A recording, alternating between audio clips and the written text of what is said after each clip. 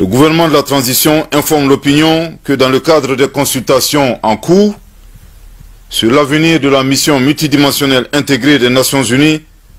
pour la stabilisation au Mali, MINUSMA, les autorités du Mali ont pris l'option stratégique de demander le retrait sans délai de la MINUSMA lors de la 9350e session du Conseil de sécurité, consacrée à l'examen du rapport trimestriel du secrétaire général des Nations Unies sur la situation au Mali, tenu à New York le 16 juin 2023. Cette décision responsable du gouvernement est la conclusion logique du bilan de la présence de la MINUSMA au Mali depuis juillet 2013, soit 10 ans, au terme desquels un double constat s'impose. D'une part,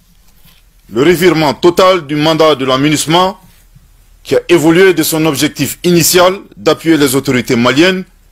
pour stabiliser la situation dans les régions du nord du Mali, écarter les menaces et prendre activement des dispositions afin d'empêcher le retour d'éléments armés dans ces régions, et particulièrement à travers le rétablissement de l'autorité de l'État dans tout le pays. D'autre part, le constat qu'il est impossible de maintenir la paix dans une situation où il n'y a pas de paix à maintenir. Il en ressort que le mandat de la MINUSMA n'est pas adapté à la situation sécuritaire au Mali, qui aurait nécessité une force de lutte contre le terrorisme dépassant la doctrine des missions de paix des Nations Unies. Le gouvernement de la transition, après avoir constaté la non prise en compte de ces fortes réserves et des attentes légitimes des populations maliennes concernant le mandat de la MINUSMA, note que la situation sécuritaire s'est améliorée substantiellement grâce à la montée en puissance des forces armées maliennes. En outre, la MINUSMA devient désormais une partie du problème, notamment en alimentant les tensions intercommunautaires exacerbées par des allégations d'une extrême gravité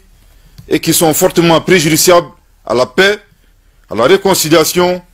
et à la cohésion nationale. De plus, le gouvernement déplore la perception par la MINUSMA des mesures de contrôle de la rotation des contingents et la surveillance de l'espace aérien malien comme étant des restrictions ou des entraves à la mise en œuvre de son mandat, alors que celle-ci vise à assurer la sécurité de tous. Le gouvernement regrette par ailleurs l'instrumentalisation et la politisation de la question des droits de l'homme qui sape les efforts de la stabilisation et de la refondation de notre pays. Ces actions négatives violent les trois principes édictés par son Excellence, le colonel Assimi Goïta, président de la transition, chef de l'État, principe guidant l'action publique au Mali, à savoir le respect de la souveraineté du Mali, le respect des choix stratégiques et des choix de partenariat opérés par le Mali, et enfin la prise en compte des intérêts du peuple malien dans toutes les décisions. Le gouvernement de la transition rassure l'opinion nationale que des mesures sont prises pour atténuer l'impact de cette décision. Par ailleurs, conformément à leur mission régalienne, les forces de défense et de sécurité du Mali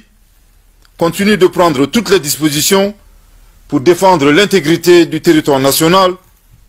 assurer la sécurité des personnes et des biens, y compris le personnel et les installations de la MINUSMA. Le gouvernement de la transition s'incline